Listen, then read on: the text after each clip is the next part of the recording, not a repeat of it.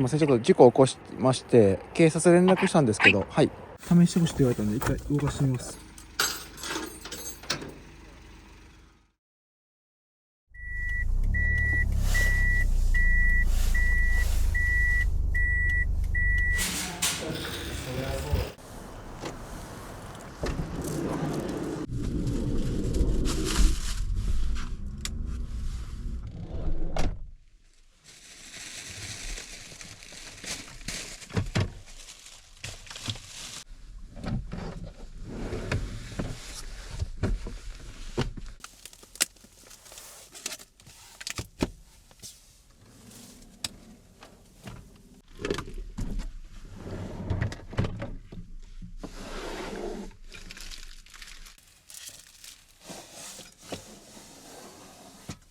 今なんですけど、新潟県スーパーナルス上越インター店にいます。昨日は記録的な大雪積雪100センチ超え車中泊をし、今平野部に降り食料を補充しました。今日は標高を上げ極寒のマイナス10度以下の中で車中泊します。今天気予報のアプリ確認すると、本州で一番寒くなるのが長野県のようです。白馬あたりはもう今現在マイナス11度です。で、朝方さらに下がっていくようです。さっきのアプリだとマイナス14度、違うアプリでもマイナス12度まで下がると表示されています。間違いなく本州で一番寒い場所ですね。で、シュラフ今回二重にして使用します。そして試したい暖房が湯たんぽですね。今日こちら使ってみます。で、もう一個電気湯たんぽもあります。こちらは明日使用してみます。そして昨日カセットガス暖房いろいろ使ってみて、結局去年の北海道でも使用したこの岩谷の風暖がこの軽キャンペーンカーには一番合ってるというのが分かりました。なので今回かなり温度下がりますんで、この風暖メインで使っていきます。あとはこの断熱塗装ですね。昨日の車中泊での最低温度はマイナス1度くらいだったんで、今日はこの断熱塗装の本当の実力が分かりそうです。それでは高速道路を乗って出発します。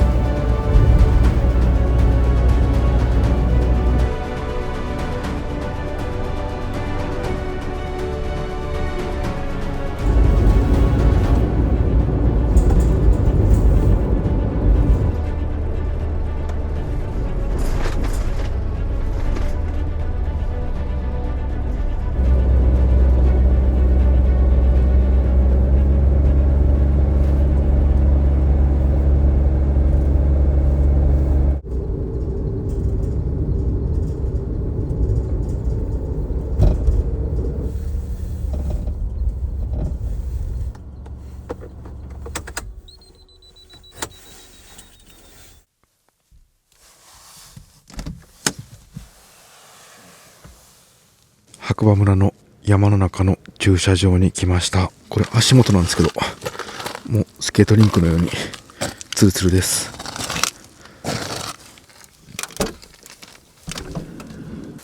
今現在の外の気温が 10.3 度、マイナス 10.3 度です。これペンギン歩きしないと滑ります。ここの標高が750メーターですね。朝方さらに下がると思います。それでは今日はここで車中泊します。セッティングしていきます。今日は雪降らないんで、もうワイパーこのまましておきます。なんかすごい音鳴ってますね。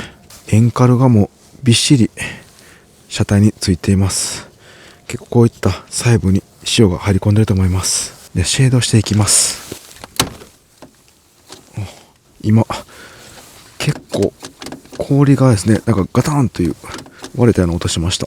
もうすでにこの辺の結露とかが凍っていってるかもしれません。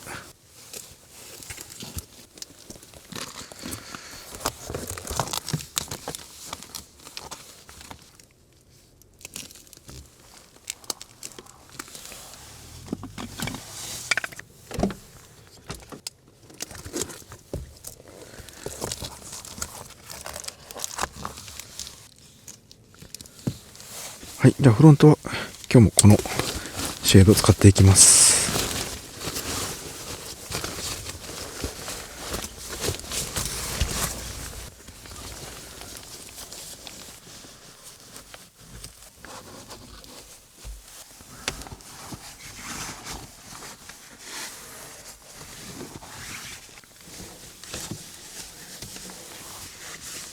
はい、できるだけ密着させて結露を減らすようにしました。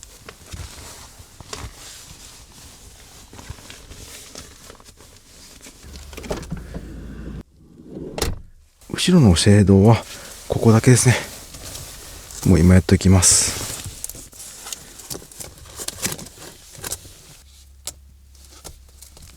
はい、これで後ろのシェードは完成なんですけど、最悪です。リアの大きいシェードのこのリビングシート剥がれちゃいました。粘着力はね結構あるんですけど、やっぱりこの大きいシェードだと温度によって縮こまったり広がったりしますんで、それで粘着シートが取れちゃいました。これサイドのシェードなんですけど、こんな感じで切り込み入れて1、2、3、4分割ぐらいすればシェードの温度により伸び縮みしても影響が少ないんですけど、こういった大きい目、そしてリアは直射日光とか結構直で当たってますんで、温度により素材の侵食が激しいようです。この剥がれたシェードは今度北海道行くまでに別の素材探します。今 AI に聞くとパンチングカーペットがいいそうです。本当なんでしょうか。今度試してみます。サイドブレーキは凍結すると思いますんで、サイドブレーキ使わずに輪止めしておきます。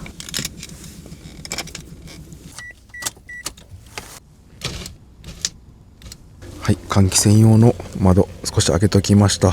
で、今日の夜はですね、少し窓を開けて寝ます。これで結露マシになってくれたらいいんですけどね。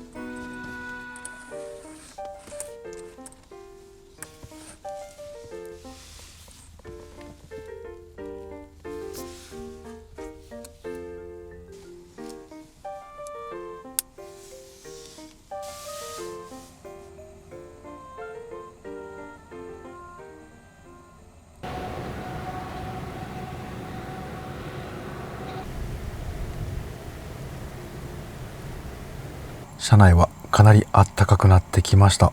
というかもう暑いぐらいです。ここの温度計なんと 27.8 度で、外の温度計屋根に1個あるんですけど、それマイナス 5.1 度と5度ぐらい温度上がっています。この風暖はファンが内蔵されてますんで、あったかい風前に来るんですけど、やっぱりあったかい空気って上に行くんですよね。なんでルーフがあったかくなっています。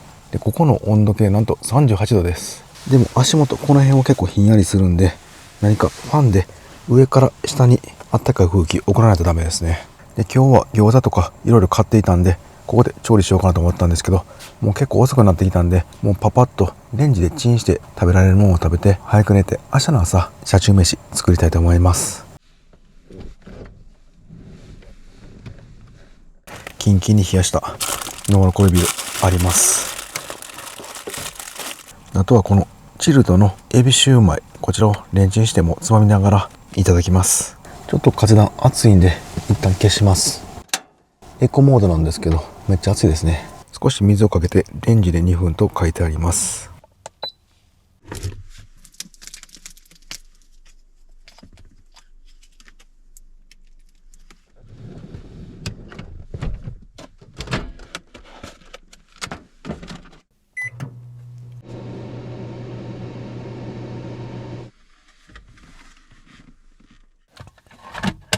実はですね、今日自分日付変わって誕生日なんです。今年は馬年ということで、自分も馬年年男です。こんな時にこんなアホなことできるの、周りの人、視聴者の皆さんのおかげです。本当にいつもありがとうございます。自分 YouTube チャンネル開設してもう7年ぐらい経ちます。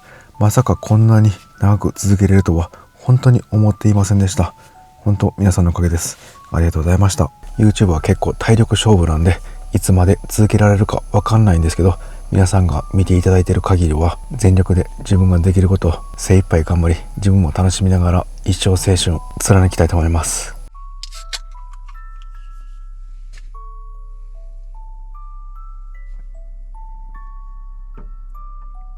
あ、ほんとよく冷えてます。ノンアルですか。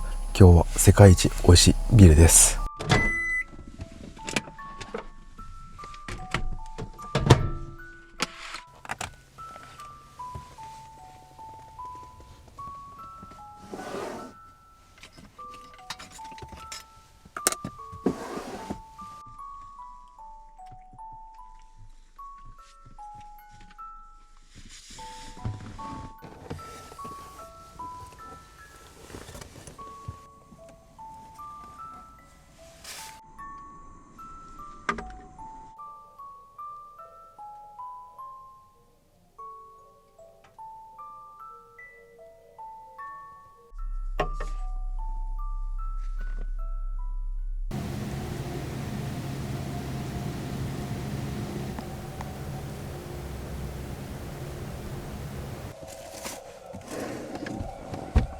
はい、それではですね、湯たんぽ先に温めておきます。こういったお湯の湯たんぽは今回自分初めて使用します。楽しみです。それではガスで温めていきます。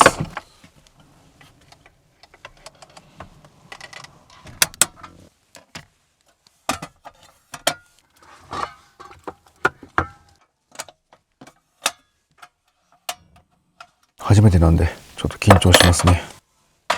お水を7分目まで入れるようです。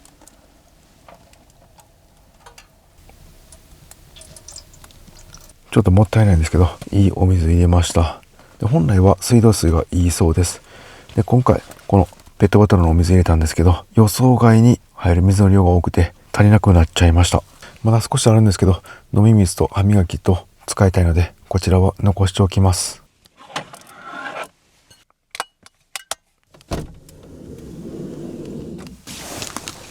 お、滑る。ちょっと土の方行ったら結構雪ありますんで、これ使います。サラサラです。なんかもうさっきよりさらに寒くなっています。痛いですね。一気に体冷えました。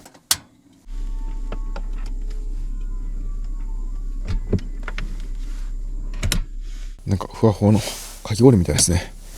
結構これ傘は減ってくると思います。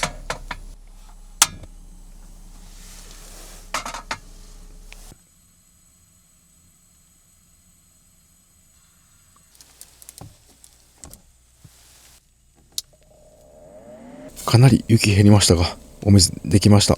じゃあこの状態で湯たんぽ先温めます。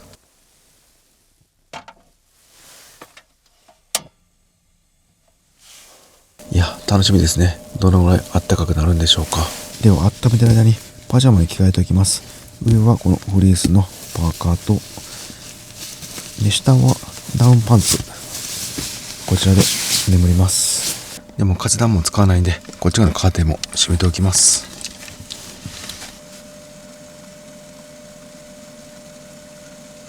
10分ぐらいして沸騰しました。じゃあ火止めます。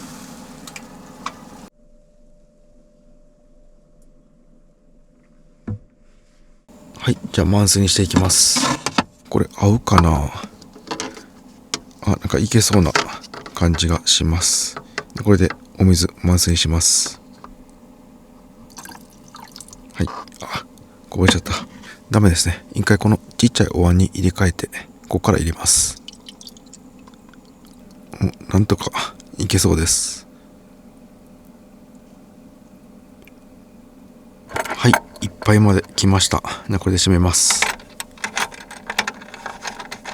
じゃあ専用のケースの中に入れていきます。かなりぐだりましたが、かなりあったかいです。これはいいわ。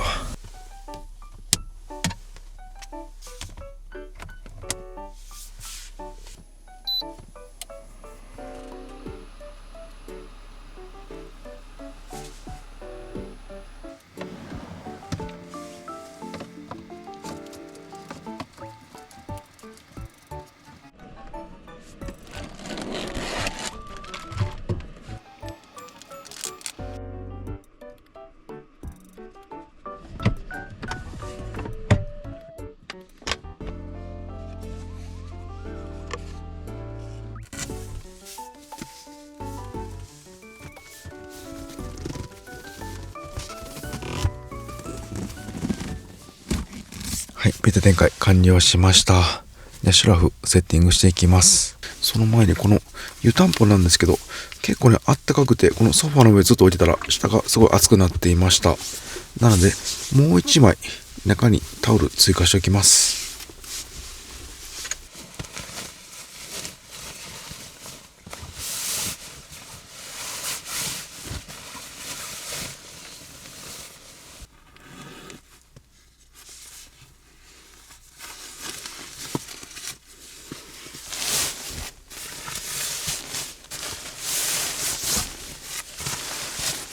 セッティングできました。で、一番上にこの大きめの封筒型のシュラフで、中にダウンシュラフです。湯たんぽはやっぱり低温やけどっていうのがあるみたいなんで、ダウンシュラフの中に足元には湯たんぽを置かずに、その外に湯たんぽを置いている状態になります。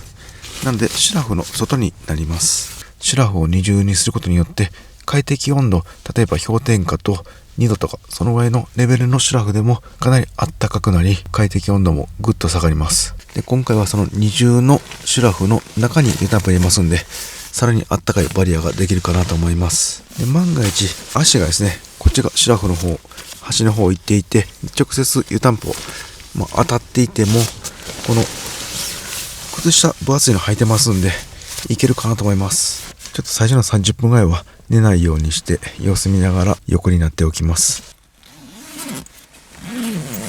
で、結露対策で少し窓開けときます。本当に1センチぐらいですかね。ここ開けときます。そしてこの風段がここにあるんで、テーブルをいつもこっちがくるっと回してこの奥にやってたんですけど、今回はここに置いておきます。ちょっとこの角が出てるんですけど、大丈夫かなと思います。もし窮屈だったらこのもう風段抜けてテーブルをこっちにします。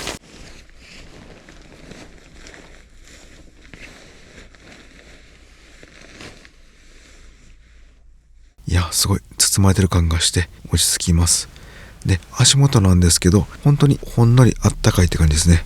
もうめちゃくちゃあったかいとかそんな感じまではしません。でも逆にこのぐらいの方がいいかもしれません。外気温マイナス14度まで下がって、車内は何度になるんでしょうか。楽しみです。今日は猿の惑星見ながらゆっくりしました。すごい楽しかったです。なんか猿の惑星見ていたらいろんなことを考えさせられました。猿たちも人間たちも本当は戦いたくないけど家族のために戦ったり自分たちの生活のために戦わないといけない。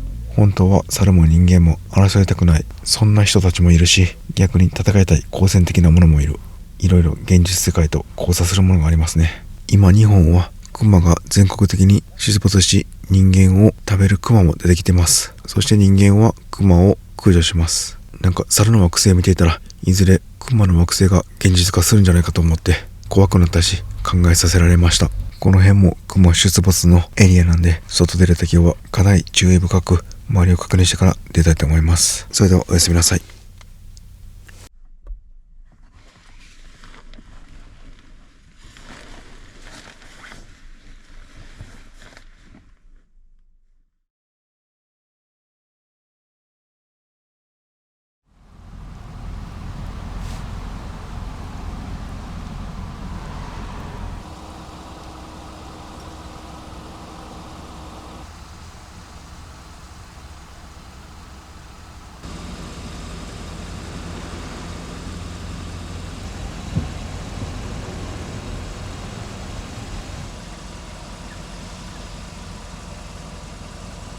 おはようございます。朝方ちょっと寒かったんで起きたんですけど、肌が出ている部分、顔などかなり冷えていました。なのでシュラフの中潜るとあったかくて快適に眠れました。車内は何度まで下がったんでしょうか。朝の5時ぐらいですかね。一番下がった時間の車内の最低温度が 4.7 度、外気温はマイナス12度から14度ぐらいだったんで、温度差18度ぐらいあった計算になります。この軽バンのバンコのボディでしょうは結構優秀じゃないでしょうか。この鉄の部分の結露もちょっと出てますが、そんなにひどくないですね。さあ、このリア一番ひどいんですけどどうでしょうか。もうリメイクシートが完全に剥がれてます。やっぱり寒くて縮こまったんでしょうね。ここも出てますが昨日よりマシですね。やっぱりちょっと開けていたんで、これの効果があるんじゃないかなと思います。で、車内の現在の二酸化炭素濃度は 2000ppm なんで昨日の半分ですね。やっぱりどんだけ寒くてもちょっとだけでも窓開けた方がいいっていうのが分かりました。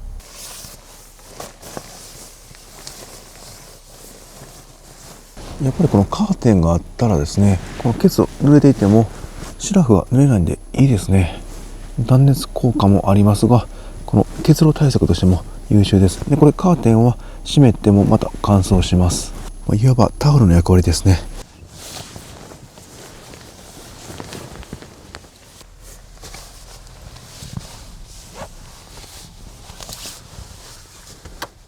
湯たんぽなんですけどまだあったかいです。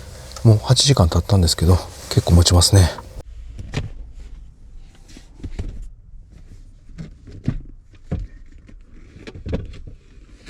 はい、このベッドマットですね、延長した分の下側が結露で濡れていました。この上側は人がいてすごいあったかくて、下が冷気かなり入ってきてますんで、この温度差で結露がソファーの後ろについたようです。今からこの床下全部剥がして断熱するのは難しいんで、これはもう拭くしかないですね。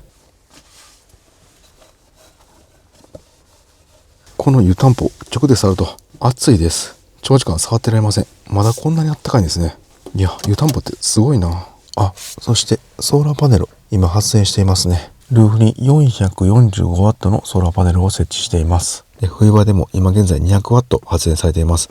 で、バッテリーの温度が現在7度ですね。ここの下に 460A のリチウムバッテリー入ってるんですけど、こちらリタイム製で低温保護機能があります。リチウムバッテリーは氷点下に入った状態で充電しちゃうとバッテリー損傷します。なので氷点下になるとバッテリーは自動的に遮断します。この低温保護機能のないバッテリーの場合は自分でもうソーラーのスイッチ切っといた方がいいですね。あと気づかずにエンジンつけて走行充電流れてしまうとバッテリーが損傷してしまいます。なので走行充電器もオフにするスイッチかバッテリー低温保護機能どちらか必要ですね。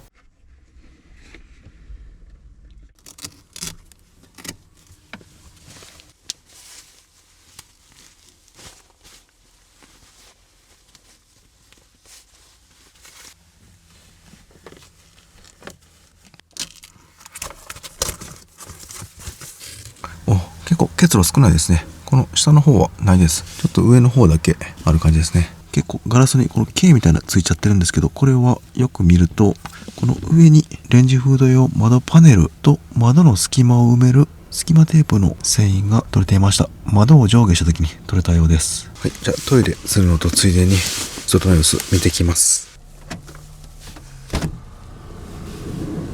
いや、めちゃくちゃいい天気です。やっぱりこういった晴れの日が温度下がるんですね。ボディが白くなっています。この車体下もすごい白くなってますね。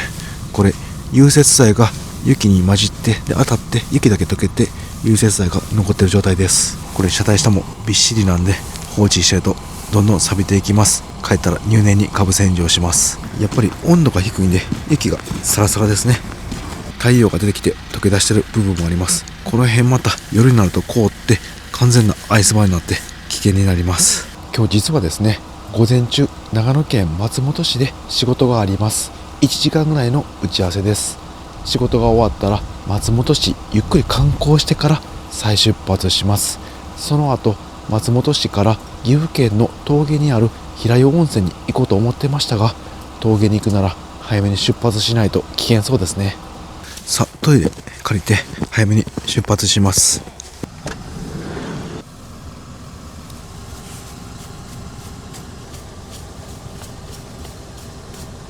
ちょうどですね、料理のお水もなくなっちゃいました。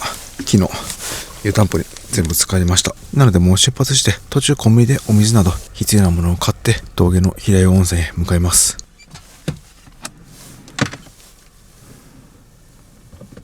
湯たんぽがねまだまだあったかいんですよね。でせっかくなんで今日運転してる時膝元を置いてこうやって温めながら何時間持つか確かめます。うわ、もうなすすべないですね。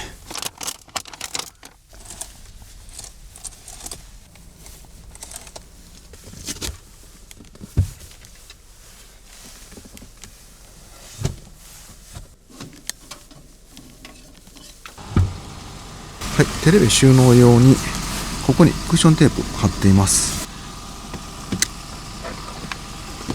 で最後はこのベルトを引っ張ってマジックテープで固定です。ちょっと手間かかっちゃうんですけど、やっぱりですねここに設置したまま走行すると結構揺れてしまうんで危ないと思います。これで2日間運用したんですけど、そこまで手間と感じなかったんでしばらくこれでいきます。あ、さらに剥がれてきちゃいました。もう悲しいですけどこれ切っときます。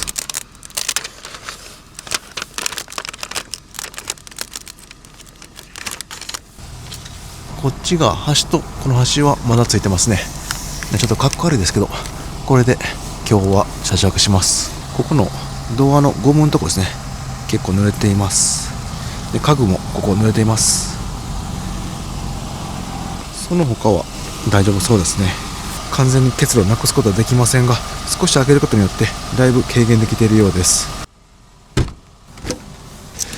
本当冬の車中泊は結露との戦いですね。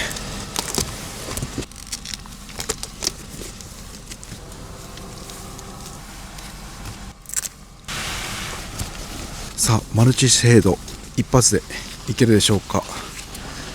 せーの、くるいけましたね。慣れてきました。結露を拭いたタオルは広げて乾かしておきます。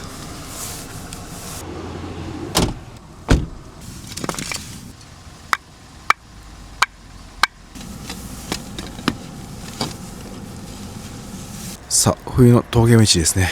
結構過酷な道路です。今ここの白馬村だったんですけど、ちょっと下がって飛騨山脈の方に行きます。上高地に行くルートなんですけど、道が細くてカーブがいくつもあります。もうずっと四駆に入れといてゆっくり走行します。無事かかってほっとしました。それでは出発します。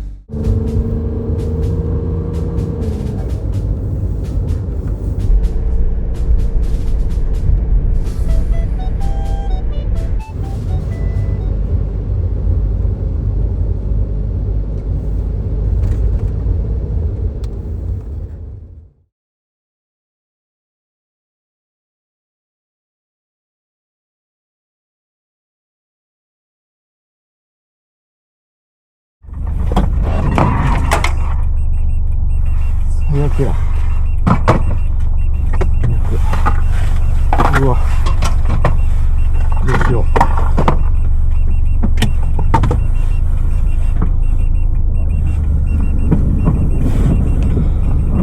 マジか。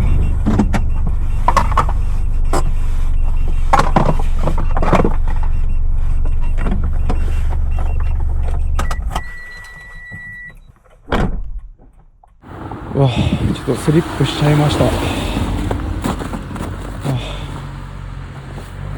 わ、ショックやなこれは。ちょっとぶつかっちゃいました。うわ、タイヤバーストしてます。これはやばいな。ちょっと警察と JAF 連絡します。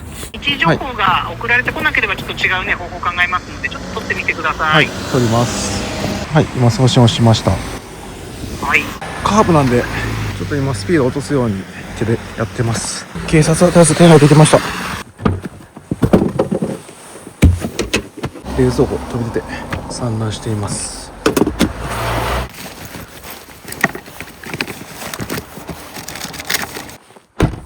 次の事故を起こさないようにしないといけないですね。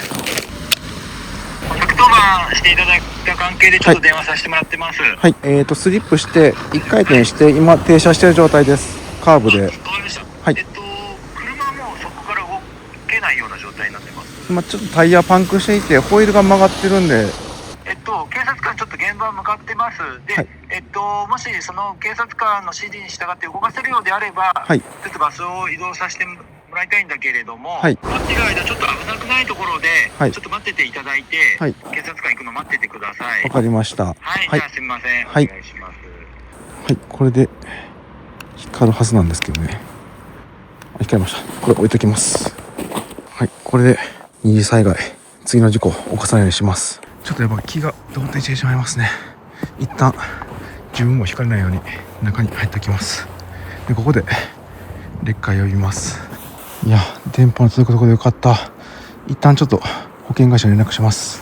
すいません、ちょっと事故を起こしまして警察連絡したんですけど、はい、はい、はい、ではお車を走るのに支障や問題ございませんか？ちょっとタイヤパンクしてホイールも曲がっている状態です。ではレッカー搬送の中必要ということですね。そうですね。はい。かしこまりました。ではこのお電話でご契約確認いたしまして、どのような対応できるか確認いたします。はい。はい。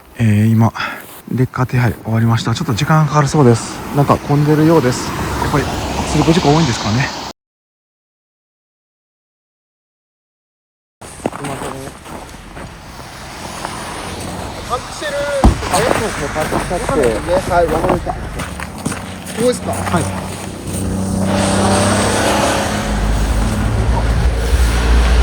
塗装がついてますね。塗装今ついてますね。はい、ちょっと試して動くか、警察の人が試してほしいと言われたんで一回動かしてみます。エンジンをかかります。カードを確認しました。はい、ちょっと動かしてみます。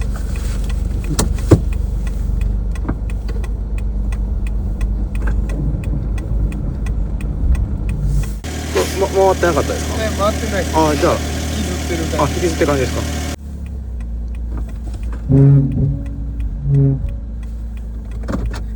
い、やっぱすごい音になるんで、もうやっぱやめてきます、動かすの。そうですね。縁石に接触しました。この、はい。ちょっと塗装が縁石についちゃってるところがあるんですけど、はい。そうなんですね。特に破損とかはないですね。はい。わかりました。ありがとうございます。左の前タイヤがバーストしていて、はい。でホイールがなんか変形ちょっとしてます。何かエンジンが漏れてるとか、そういったオイルが漏れてるっていうわけではないですかね？そうですね。今見た感じはちょっと自分ではわからない。はい、ありがとうございます。恐れ入りません。はい、ちょっと火も暮れてきて、かなり冷えてきたんですけど、でレッカーがですね、まだ手配されてないようです。よく見るとこのバンパー、これ右前なんですけど吸ってますね。ちょっと塗装剥げています。そしてこのタイヤなんですけど、なんかちょっと曲がってるような気がするんですよね。もしかして衝撃で曲がってしまったかもしれません。なのでこうまっすぐ運転していて、でリアが滑ってこう傾いて、でここに乗り上げたんですかね。でタイヤがパンクして、乗り上げてこう1回転して今この位置にあるっていう感じかなと思います。ほんと一瞬でした。なんかもうカウンター当てるとかそんな次元のレベルじゃなくてもう一瞬でしたね。気がついたらもうこっちが雪の方向を見ていました。これ崖というか結構高いところなんでこっち突っ込まなくて本当良かったです。これまた移動するときに滑りそうです。つるつるいけるかな。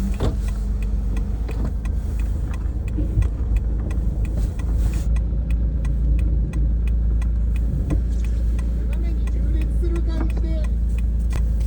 怖いな。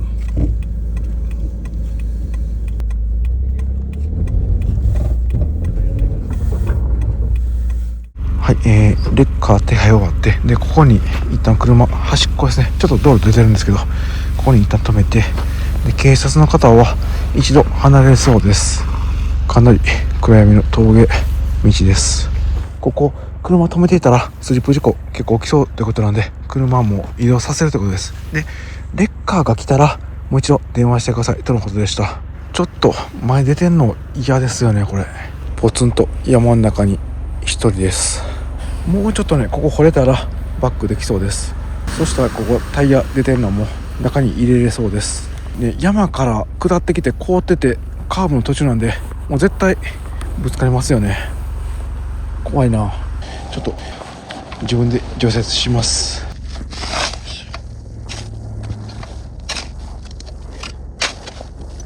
はい、ちょっとスペースできました。ここもいけそうですね。ちょっとバックします。ダメですね。ちょっと一回休みます。ここはいけるんですけど前が曲がってるんでダメですね。ここがなんかうまいこと動いてないですね。ちょっとこのまま待機します。この非常灯もあるし、移動したんでこのまま待っておきます。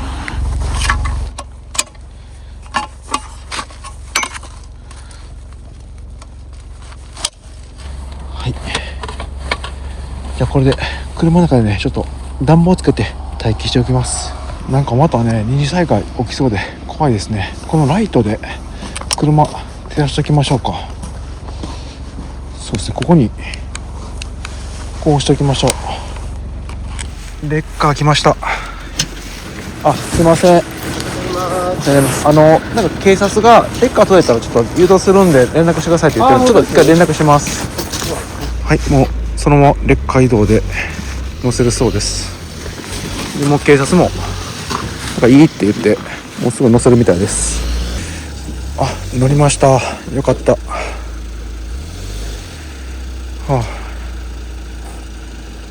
これでもう自分後ろ乗ってそのまま移動できるみたいです。ちょっと駅まで一緒に行きましょうか。この中直線乗るそうです。こんなことになるなんて。はい、後ろはある程度荷物とかは散乱してるんですけど、どこも故障してる箇所は一旦見た感じなさそうなんで大丈夫そうですね。で食材結構入っていて今冷蔵庫つけています。でサブバッテリー 67% ありますんで、もうこれで3日ぐらいはいけますんで、このまま冷蔵庫つけっぱなししておきます。はい、白馬駅着きました。なんか動いてますね。はい、後ろが下になって前が上になっています。今斜めになってますね。はい、荷物も取りました。はい、これで大丈夫です。了解です。じゃあこれでお運びしちゃいますね。すいません、お願いします。ちょっとバス来るってんで出ちゃいますね。すいません、すいません。お気をつけてお帰りください。はい、車屋さんまで直送してもらうことになりました。富山県です。車の方がもう先着くみたいです。で自分はちょっと今から電車ではもう富山県着けないんで、どこかホテル泊まってで明日の朝帰ります。よろしくお願いします。電車何時までやってるんですかね。ちょっと行けるとこまで行けるか見てみます。ちょうどですね、明日も大雪の影響で運休しているそうです。やばい、明日も帰れない可能性があります。今ここ白馬村で富山県に帰るのにこう上に行って糸魚川行って新幹線で日本海側を通って帰ると思ったんですけど、ここがねもう明日大雪で休止だそうです。なんで今違うルート見たら一旦白馬から長野市の方に行って、そっから新幹線乗って上越行って富富山へ帰るルートがあるみたいなんで、そっちまで帰ります。はい、大丈夫です。はい、すいません、ありがとうございます。はい、本日のお宿到着しました。白馬駅からタクシーで来ました。いや、あんまり空いてるとこがなくてちょっと高かったんですけど、こちら泊まります。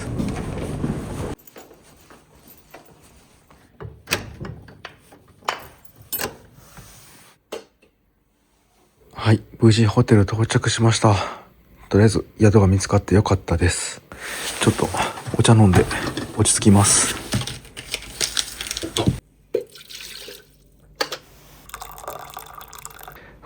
少し落ち着きました。まさか自分が滑って事故を起こすなんて思いもよりませんでした。いやでも本当に単独事故でよかったです。これは不幸中の幸いでした。そして崖も落ちなくてよかったです。とんでもない誕生日になりました。富山県に移住して雪道も慣れてきました。そして軽バンで真冬の北海道自走で帰ってきたこともあり、完全に油断していました。今まで滑ったこともあるんですけど、ハンドルの修正やアクセルオフで戻っていたので、知らない間に自信がつき、自分の運転を過信していたかもしれません。ちょっと落ち着いてきました。で、事故の状況がだんだん見えてきました。で、制限速度は40キロでした。後ろ来ていなかったので、制限速度以下でちょっとゆっくり走っていました。で、4区でずっと走行していたんですけど、雪がですね、溶けてきて路面が見えてきました。なので、もう2区に走行していました。というのもですね、悪路や雪道以外は4区じゃなく2区で走ってくださいと車の取説にも書いていました。平地から少し丘の上りに入りました。ちょっとこれスリッパで申し訳ないんですけど、車として例えます。で、緩やかな左カーブですね。こういった感じの道でした。で、まっすぐ走っていて、でスタイリングを切って、こう途中ですね。その時にリアが滑りました。こんな感じですね。で気がついたらもう真横に一瞬でなっていました。時間にしたら本当にもう0.5 秒ぐらいですかね。もう修正打も打つ暇もなく、くるっと曲がっていました。で、とりあえず自分はもうこっちが向いてるんで雪ですね、見えてるのは。なんで、アクセルオフにすぐにしました。で、ブレーキ踏むかはすごい迷っていました。というのもですね、キャンピングカーとかはブレーキを踏んで挙動が乱れて横転とかもありましたんで、アクセルオフにしてブレーキは踏まずにタイヤグリップを復活させた方がいいかなと、そういう過去の横転事故を見ていたんで、ブレーキは躊躇しました。でももしかしたらもうこう向いた時に無意識のうちにブレーキ踏んでいたかもしれません。ちょっとその辺は意識がないんですよね。で、こうスピンした瞬間に、この左の前のタイヤですね。こちら側が縁石にぶつかりました。で、ちょっと乗り上げたと思います。で、これでもうくるっとスピンした感じですね。こう走ってきて、こうスピンしてくるって回って、で、道路の真ん中ぐらい最初止まっていましたが、これはちょっと危ないと判断して、すぐにこっち側移動しました。動けましたんで。で、路肩に止めた状態になります。で考えられる原因なんですけど、まずは凍ってない舗装路だと思って肉で走ってしまったのが原因かなと思います。で道路の状況の変化に気づきませんでした。平野部は雪溶けていたんですけど、少し丘になっていて影の木が生い茂った道だったんで、見た目は道路見えてましたが、完全にブラックアイスバーンでしたね。透明なツルツルな氷でした。そしてもう一個ですね、タイヤが結構古かったかなと思います。表情精度が低かったんだと思います。製造年月日はちょっと帰ってからまた確認します。1年前に車屋さんで購入した時についてきた冬タイヤでした。今後対策なんですけど、まずは雪のカーブはさらにもう10キロ、20キロ速度下げようと思います。で、2区、4区切り替えはもう切り替えずに4区で行きます。多少車に無理がかかっても安全優先で行きたいと思います。で、次はもう新しいタイヤですね。こちらもったいない気がして、なかなか買おうという気にならなかったんですけど、もう早めに新しいの買わないとダメですね。本当に今回警察の方、レッカーの方、保険の方、ご迷惑をおかけしました。特に警察の方は寒い中、車1台分路肩の雪かきしてくれました。本当にありがとうございました。で、お腹空いたんですけど、もうホテルご飯なくて、で、売店行ったらじゃがりこ1個あったんで、もうそれ今日は買ってじゃがりこ食べて早く寝ます。一旦シャワーだけ入って寝ます。はい、それでは眠ります。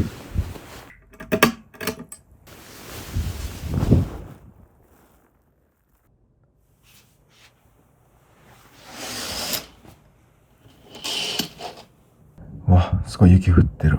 これ晴れていたら絶景なんでしょうね。それでは富山県へ帰ります。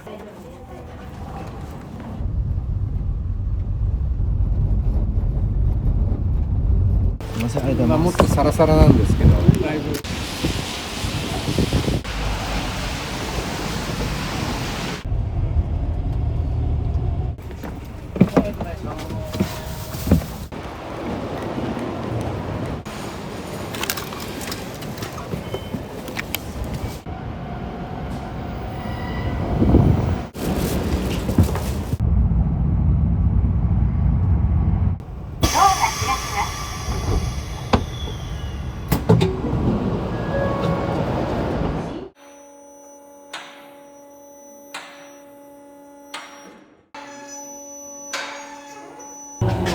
これが結構すごいですね。そうっすね。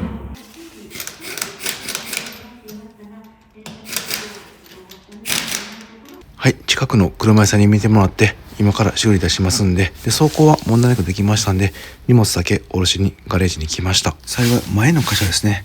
でそれ以降は傷がいっていなかったようです。はい、冷蔵庫の食材も全て取り終えました。この辺の白宿収納の立て付けだと心配していましたが問題ないようです。で今回の事故の原因で一番大きかったんじゃないかと思うタイヤなんですけど、製造年月日分かりました。2022年1月なんで丸3年経過しました。4年目に入ったところです。で AI チャッピーによると軽キャンピングカー仕様で重いので表情性能が落ちていたのかもしれないということです。3年までが新品同様の性能、4年目から滑り始める、5年目はブロックアイスで一気に破綻と冬タイヤの場合は書いてありました。夏タイヤの場合は4年まで新品同等の性能だそうです。ちなみにこれは使用して3年ではなくて製造年月日から3年だそうです。倉庫保管期間も含めてだそうです。帰ってからドライブレコーダーのデータパソコンで確認しましたが、なんと残っていませんでした。マイクロ SD カードの容量が 8GB と少ないタイプで事故の瞬間残っていませんでした。イベント録画フォルダも見たんですけど、そこにも残っていませんでした。データ復旧会社に問い合わせしてみましたが、ドライブレコーダーのようにすでに上書きされているデータは過去のデータ復旧不可能だそうです。すぐに 260GB のマイクロ SD カードを買いました。これからは事故した直後 SD カード抜かないといけませんね。勉強になりました。皆さんもドラレコについてきた初期のマイクロ SD カードを使用している方は一度チェックされた方がいいかもしれません。自分的にはせめて映像だけでも確認して今後の運転に活かしたかったのですが残念です。これからは早めのタイヤ交換、林の影のブラックアイスバーンに注意。よく看板で道路走っているとスピン注意と看板あるところがあります。そういうところは本当に細心の注意が必要ですね。今思ったらこの状態でタイヤの表情性能が落ちたままで峠道行かなくて本当に良かったなと思います。標高の高い峠道で路肩のないところで滑っていたと思うとゾッとします。そして単独での事故も不幸中の幸いと思うようにします。とにかくその他警察の方や保険会社の方にたくさん迷惑かけてしまったのが本当に申し訳ないなと思いました。すぐに新品のタイヤに変えようと思います。